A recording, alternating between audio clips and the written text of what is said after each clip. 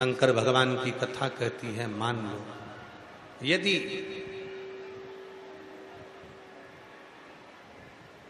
जिंदगी में अगर कोई तकलीफ बहुत बड़ी आकर खड़ी हो गई है जिसका कोई हल ही नहीं निकल रहा, एक बेलपत्री लीजिए, अपनी हाथ की उल्टे हाथ की हथेली पर रख लीजिए, सीधे हाथ की हथेली से बेलपत्री को दबा दीजिए। शिव जी के मंदिर में कुछ देर मौन होकर बैठ जाए, जैसे सनकादि ऋषि बैठे हैं।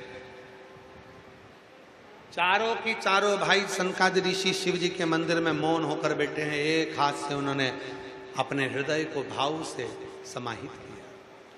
ना शंकर भगवान कुछ बोले, ना सनकादि ऋषि कुछ बोले, और मन की संशय को मिटाना, मन की परेशानियों को मिटाना।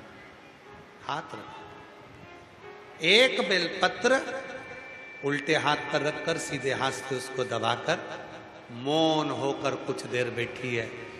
अपने मन में जो समस्या है उसका स्मरण करिए और शिव जी से अपने मन की बात कहकर श्री शिवाय नमस्तुभ्यम कहकर, ओम नमः शिवाय कहकर उस बेलपत्र को अशोक सुंदरी वाली जगह पर समर्पित कर दीजिए। अशोक सुंदरी वाली जगह तो मालूम है ना आपको, समझिए,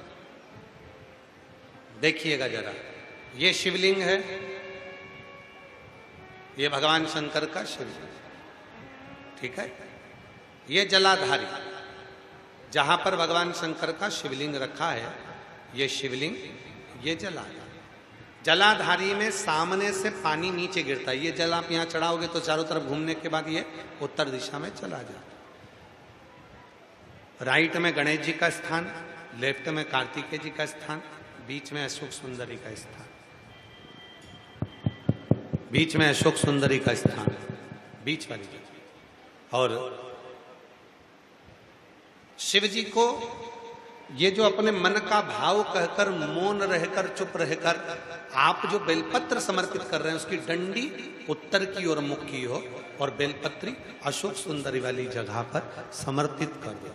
3 या 4 बार आप मौन होकर अपने मन की बात कहकर उल्टे हाथ में बेलपत्र रखकर सीधे हाथ से उसको दबाकर जब हृदय से शिव को अपने मन का भाव कहते हो, 5 या 7 दिन के अंदर उसका हल होना प्रारंभ हो जाता है। उसमें कहीं ना कहीं वो सुख का अनुभव देना प्रारंभ कर देते हैं। वो